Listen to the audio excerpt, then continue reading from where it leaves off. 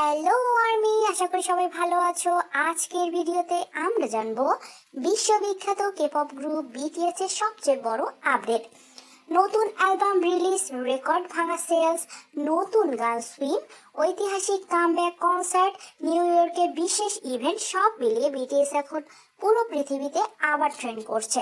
তাহলে চলো শুরু করা যাক আজকের বড় আপডেটগুলো। 20 মার্চ বিটিএস তাদের নতুন অ্যালবাম আরিরাং রিলিজ করেছে। এই অ্যালবামটি প্রায় 4 বছরের বিরতির পর বিটিএস এর প্রথম গ্রুপ অ্যালবাম। অ্যালবামটির মোট 14টি গান রয়েছে এবং এর টাইটেল ট্র্যাক হচ্ছে সুইম।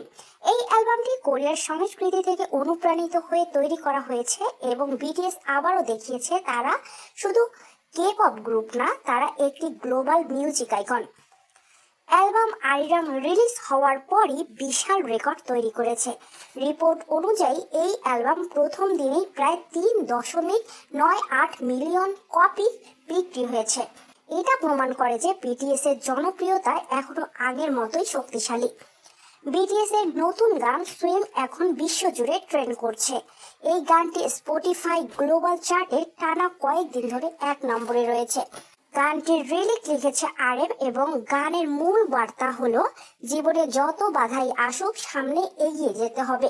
21 মার্চ সিওলের বিখ্যাত গংহুমুন স্কয়ারে বিটিএস তাদের কামব্যাক কনসার্ট করেছে। এই কনসার্টের নাম ছিল BTS the comeback live Arirang. এই শোতে প্রথমবার OT7 আবারও একসাথে স্টেজে পারফর্ম করেছে প্রায় 4 বছর পর। বিশ্বজুড়ে লাখ লাখ বিটিএস এই মুহূর্তটি লাইভ দেখে আবেগপ্রবণ হয়ে পড়ে। এই কামব্যাক কনসার্টটি লাইভ সম্প্রচার করেছে জনপ্রিয় স্ট্রিমিং প্ল্যাটফর্ম নেটফ্লিক্স। এটি ছিল নেটফ্লিক্সের ইতিহাসের প্রথম বড় কেপপ লাইভ কনসার্ট স্ট্রিমিং। ফলাফল বিশ্বের অনেক দেশে এই লাইভ শো ট্রেন্ডিংয়ে উঠে যায়।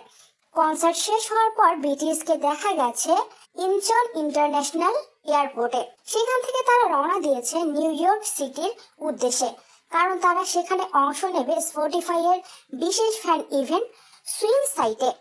এই ইভেন্টে বিটিএস এর বিশেষ পারফরম্যান্সও থাকতে পারে।